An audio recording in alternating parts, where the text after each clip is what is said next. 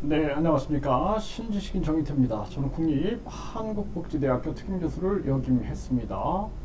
장인 앞에서 아내를 천륜 일륜이 무너지는 나의 조국.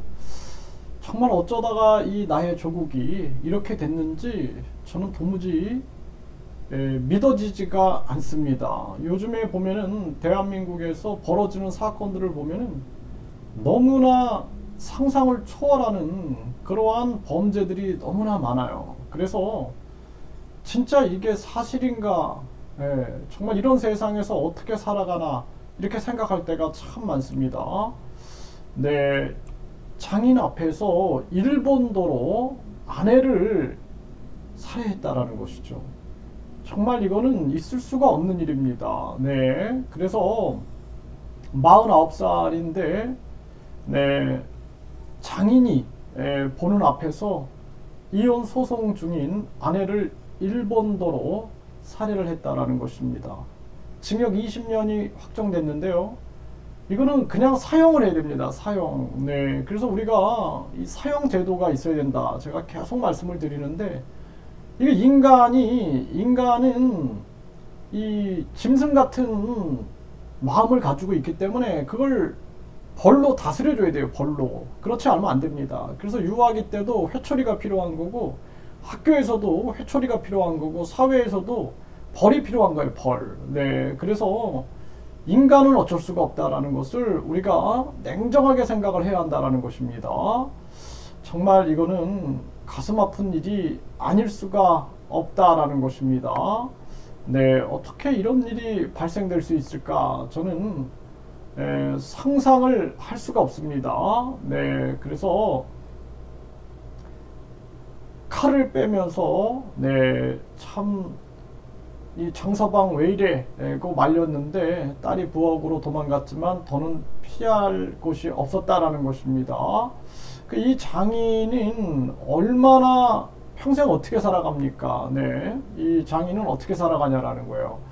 이게 참 심각한 문제고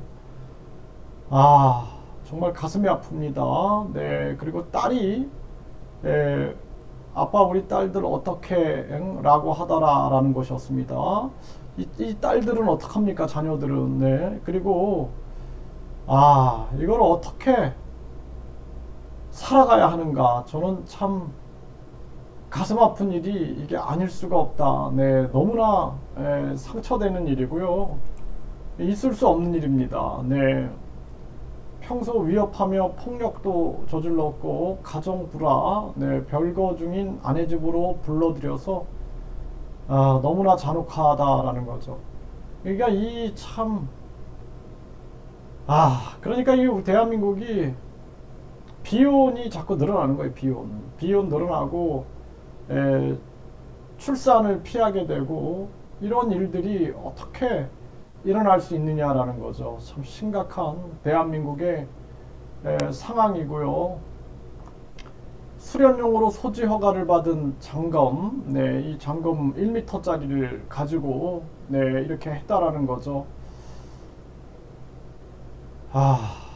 네, 참 가슴 아픈 일이 아닐 수가 없습니다. 장인이 좀 뜯어 말리시지 그랬냐라고 말도 했다라는데 참 가슴 아픈 일이 아닐 수가 없어요. 이 아이들, 그리고 이 처가댁과 이 가족들은 앞으로 어떻게 살아갑니까? 네.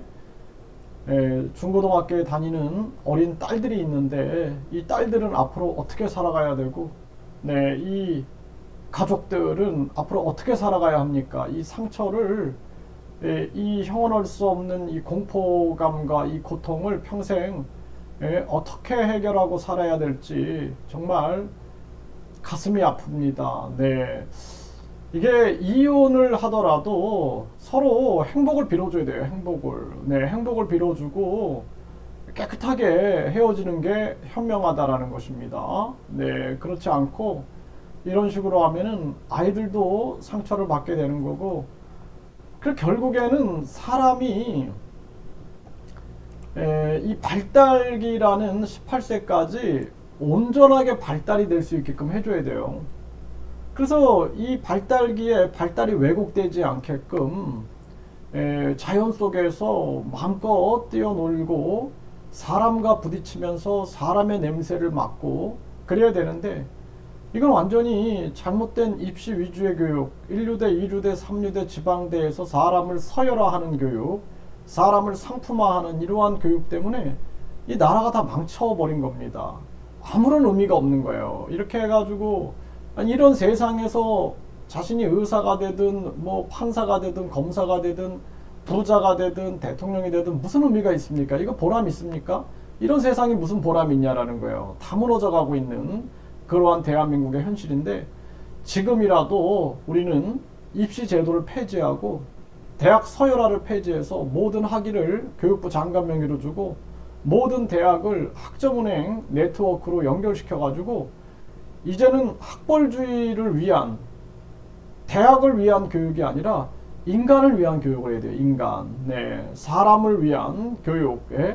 그래서 사람을 배우는 교육, 사람을 배웁니다. 사람을 배우는 교육으로 돌아가지 않으면 안 된다. 그리고 정치인들은 다 쓸어버리고, 그리고 국민투표 시민 발안제를 통해서 국민투표 부의권을 국민이 가져와야 된다. 저는 그렇게 말씀을 드립니다.